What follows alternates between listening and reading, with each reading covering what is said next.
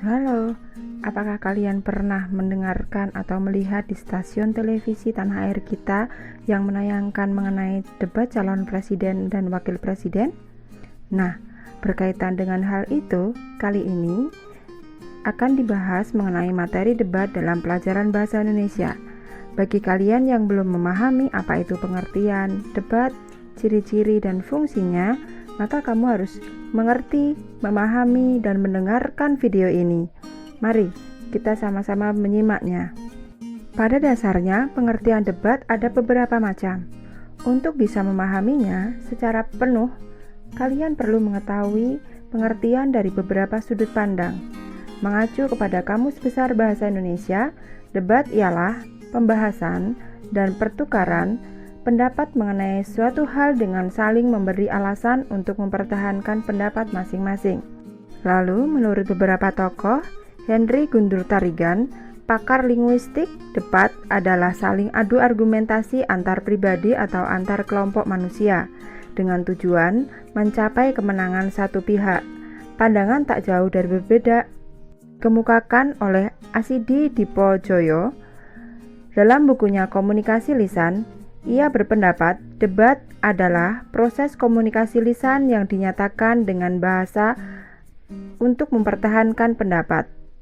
Kemudian, menurut G. Sukadi, seorang pakar komunikasi berpendapat bahwa debat adalah saling adu argumentasi antar pribadi atau antar kelompok manusia dengan tujuan mencapai kemenangan. Dari beberapa pengertian itu, dapat ditarik kesimpulan bahwa debat berkaitan dengan argumentasi.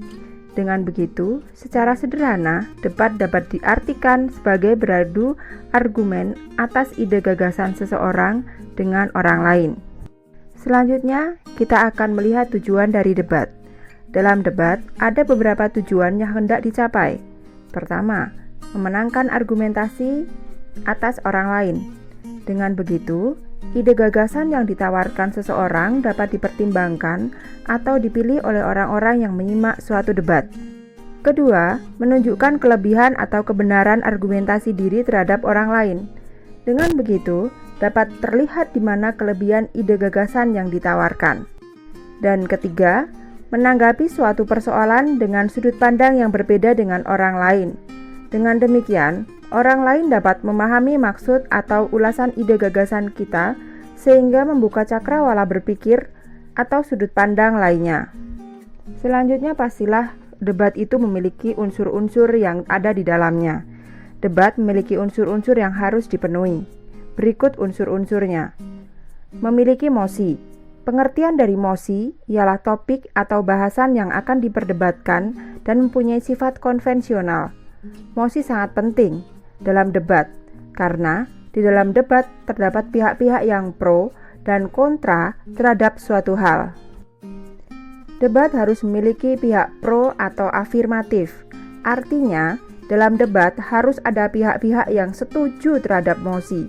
Biasanya, pihak pro akan memberikan pidatonya terlebih dahulu. Isi dari pidatonya berkait alasan mendukung mosi yang diangkat dalam debat. Ada pihak oposisi atau pihak kontra. Pihak oposisi pada dasarnya merupakan pihak-pihak yang tidak setuju dengan mosi. Pihak ini berupaya untuk menyanggah atau mengkritik pernyataan-pernyataan dari pihak pro atau bahkan mosi yang diangkat dalam debat. Adanya pihak netral. Keberadaan pihak netral penting dalam debat untuk memberikan suatu pandangan objektif yang pastinya tidak memihak antara satu dengan pihak yang lainnya, antara pihak pro dan oposisi. Moderator. Dalam debat, harus ada seorang moderator yang bertugas memimpin jalannya perdebatan. Ia pun bertugas menertibkan jalannya debat, membacakan mosi yang diangkat, serta mengenalkan pihak-pihak yang akan berdebat kepada penonton atau penyimak debat. Ada notulen. Tugas dari notulen dalam debat ialah mencatat keseluruhan proses debat. Ia juga harus mencatat dan merumuskan isi argumentasi dari pihak-pihak yang tengah berdebat, baik itu pihak pro, kontra, maupun netral. Di akhir debat, notulen bertugas memberikan kesimpulan atas hasil perdebatan yang telah dilakukan. Bagian terakhir dari pembahasan kita adalah jenis-jenis dari debat itu. Debat memiliki beberapa macam atau jenisnya. Pertama, debat pemeriksaan ulang atau cross-examination debating. Debat ini dilakukan untuk mengetahui kebenaran pemeriksaan yang telah dilakukan sebelumnya. Dalam debat ini akan diajukan pertanyaan-pertanyaan tiap pihak berdasarkan data yang diangkatnya, sehingga menyebabkan individu yang diberi pertanyaan dapat mendukung posisi yang ingin ditegakkan maupun diperkokoh oleh pihak yang memberikan pertanyaan. Jenis kedua, debat parlementer atau assembly or parliamentary debating. Merupakan debat yang dilakukan di ranah legislatif. Fungsi debat parlementer ini untuk memberikan atau maupun menambah dukungan pada suatu undang-undang tertentu. Ketiga, ialah debat formal.